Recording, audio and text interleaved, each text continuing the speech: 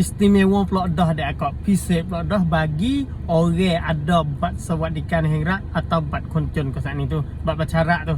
Sama dengan bat konfikan. Bat orang cacat tu. Ada istimewa. Ada pisik. Gopa tu teragi kot ti. Assalamualaikum warahmatullahi wabarakatuh. Jumpa dengan saya pula dalam page Wela San Masa yang Sikat. Hari ni saya nak sapa berita molek bagi orang ada bat cacat.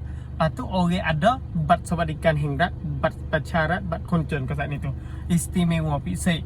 Iaitu pakai SIM terosak atau guna telefon ke saat ni tu 90 nekot sebulan. Tu tak ada mahal support orang biasa. Tengok pisik. Istimewa pula dah dekat. Iaitu pihak bat cacat dulu. Bat cacat pisik iaitu tukrekai. Itu GSM detect true. Tu nak kata boleh sip belakang. Boleh sip belakang 3 krekai. Di segi orang ada bat cacat. Ada bat cacat, hot C boleh mai, hot detect boleh mai, hot true boleh mai. Lepas tu kita tengok orang ada bat bercarat, orang ada bat sewadikan hingrat, orang ada bat koncon kat sana tu boleh guna hot krekai true dengan detect. C tak boleh. Ada segi orang ada bat sewadikan hingrat, ada bat bercarat kat sana tu. True atau detect kat sana ni, orang ada bat bercarat, orang ada bat sewadikan hingrat, orang ada bat koncon kat sana tu boleh guna 90 nekot boleh.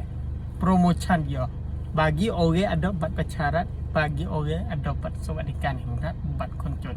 Nak tak labor di segi ada bat. Tu. Lepas tu internet dia 10G. Lepas tu hot 8G pun ada. Hal peci tu kita tengok lah dari promotion dia ada. Nak kata istimewa bagi orang ada bat bercarat, orang ada bat sewadikan hingrat. Tu kalau rasa pia tahu dah, pakai sapa lah.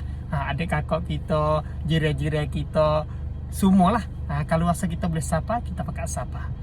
Before itu tu guna benda hak murah. Ada mau guna benda dengan mahal, tetapi kita ada bat bercarat, kita boleh guna benda harga murah.